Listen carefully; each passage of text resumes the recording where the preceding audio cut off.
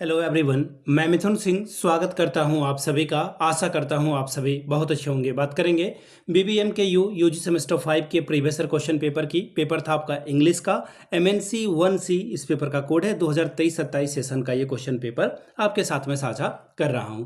आगे बढ़ें उससे पहले मैं आपको बता दूं, पिछले 5 साल के जितने भी प्रीवियस ईयर क्वेश्चन पेपर हैं, सारे क्वेश्चन पेपर की पीडीएफ आपको 69 रुपीज़ में अवेलेबल करा दी जाएगी। दूसरी बात, 199 रुपये में आपको सजेशन प्रोवाइड कर दिया जाएगा।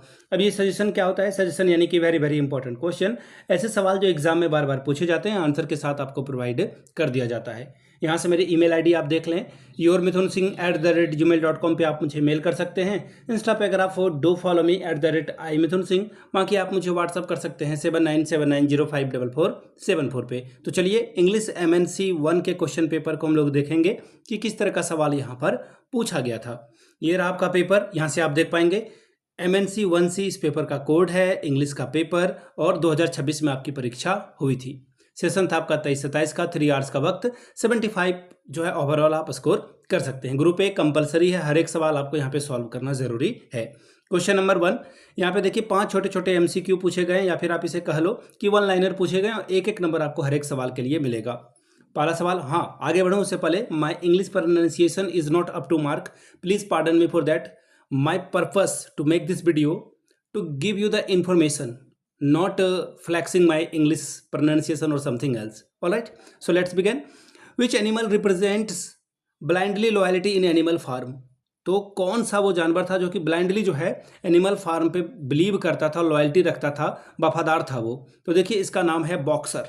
इसका नाम क्या है? बॉक्सर, जो कि वो है काट हाउस। वो क्या है? काट हाउस में जो है वो काम करता था। काट हॉर्स, एक्चुअली काट हॉर्स, ठीक है। ये घोड़ा था जो कि गाड़ी को खींचा करता था, और ये जो है लॉयल्टी, ब्लाइंड जो है डेडिकेशन ये रख रहा था।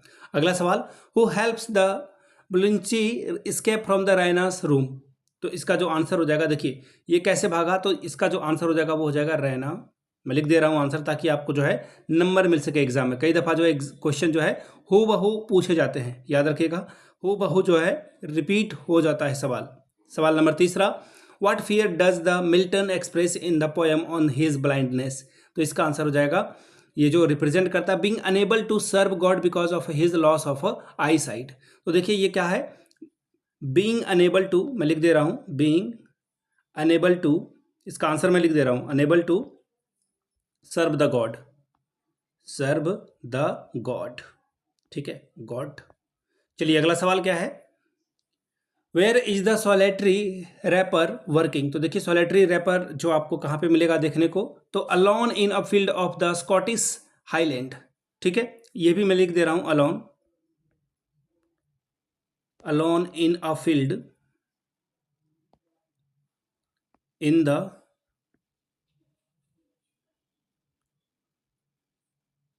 स्कॉटिश हाईलैंड्स, ये इसका जवाब होगा। आगे देखिए क्या बोला गया next question, in which year did the Eliot won the Nobel prize in literature? Eliot ने जो है कब जीता था प्राइज, ये आपको बताना है। तो 1948 में, भारत के आज़ाद होने के जस्ट नेक्स्ट ईयर। अब देखिए 5-5 नंबर वाले 2 सवाल हैं। What are the theme of the Frosters work? इसके लिए 5 मार्क्स आपको मिलेगा। Write a short note on Napoleon's leadership? Napoleon के लीडरशिप पे आपको शॉर्ट नोट्स लिखना है। इसने क्या क्या टैक्स वगैरह जो है रिफॉर्म किए थे, और फिर जो है रिफॉर्म तो किया इसने, लेकिन बाद में फिर जो है टैक्स को बढ़ाया भी, और क्या क्या इसकी गलतियां रही थी ये आपको यहाँ पे बताना है। इसके लिए आपको 5 मार्क्स दिया जाएगा। अब अगला सवाल देखते हैं हम लोग। नेक्स्ट क्वेश्चन क्या बोला गया है? राइट अ शॉर्ट नोट हो गया। ग्रुप बी की बात करते हैं। 4 क्वेश्चंस आपको सॉल्व करना है। 15 4 और 60 स्कोर आप कर सकते हो। Discuss the Animal Farm as a political allegory. How does the Orwell represent the Russian revolution through the characters and event? Next question, write a detailed note on the theme of the realism versus romanticism in the play Arm in the Man. Next सवाल है, analyse the philosophical message of a poem to the Indians who died in Africa. What does Eliot suggest about life, death and humour existence? Actually यहाँ पे human है या क्या है? Human ही होना चाहिए। 7वां सवाल, critically evaluate the title eternal memory. How Is it justified in the context of the story? Question number 8. Discuss the Orwell's contribution to the modern English literature. What makes him a significant literature figure? सवाल number 9. Discuss the center theme on his blindness. How does Milton deals with the problem of a suffering and faith? तो ये था आपका MNC 1C का English का question paper.